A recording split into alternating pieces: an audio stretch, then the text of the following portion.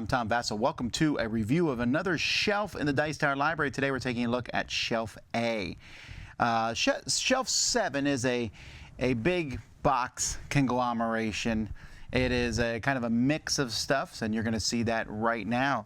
First, you see we have Flatline here. Flatline is the follow-up to Fuse.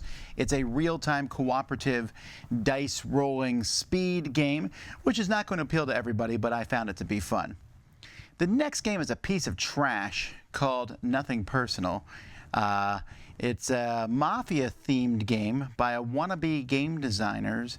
No, it's a game I designed, and it is, well, it has to be in the library, right? If I design a game, it should be in the library. So if you want to play it and you come, I'll teach it to you. Anyway, it's Nothing Personal. Anomaly. You know, I've never even played Anomaly. I don't even know much about it. I think it might be on the shelf here because it fits in. It is a space game. I don't know why this is in the library, but like I said, it fits perfectly in that spot. Then we have some Lacerda love here. All right, so we have Lisboa on Mars, Kanban EV, and the Gallerist.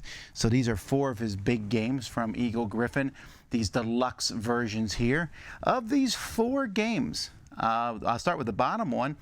The Gallerist is one I played. I enjoyed it to some degree. I just found it to be more work than fun. And I suppose that can be said for many of his other games. Kanban EV is a follow-up to his build cars in a factory.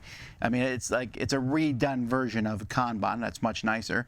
On Mars is the newest one of these. Got a lot of love when it came out last year. Really, really beautiful components.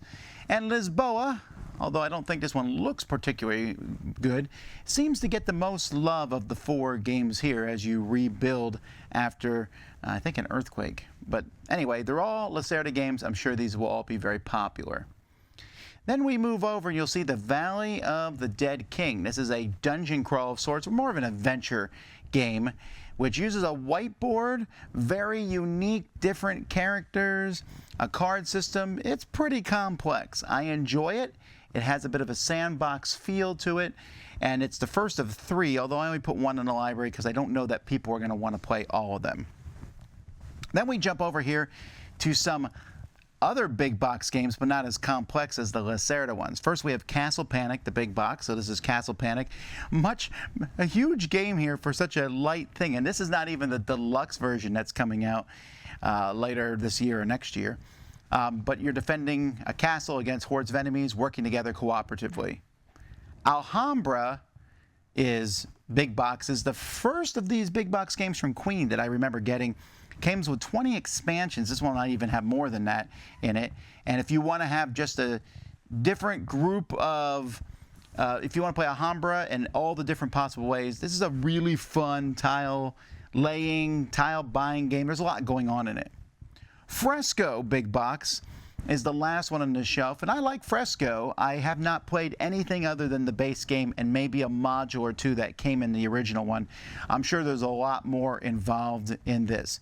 These are not the only Queen big box games on this shelf, Shelf 7. We'll see some more on the next rack, but for now, this is what is on this one. Of these games, which one is my favorite? Well, I'm going to go with Alhambra Big Box Edition. I really like it, and I played with everything inside it. There's just so much goodies in there.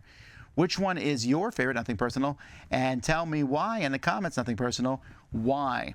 Until next time, I'm Tom Vasel, and this has been another shelf review of the Dice Tower Library.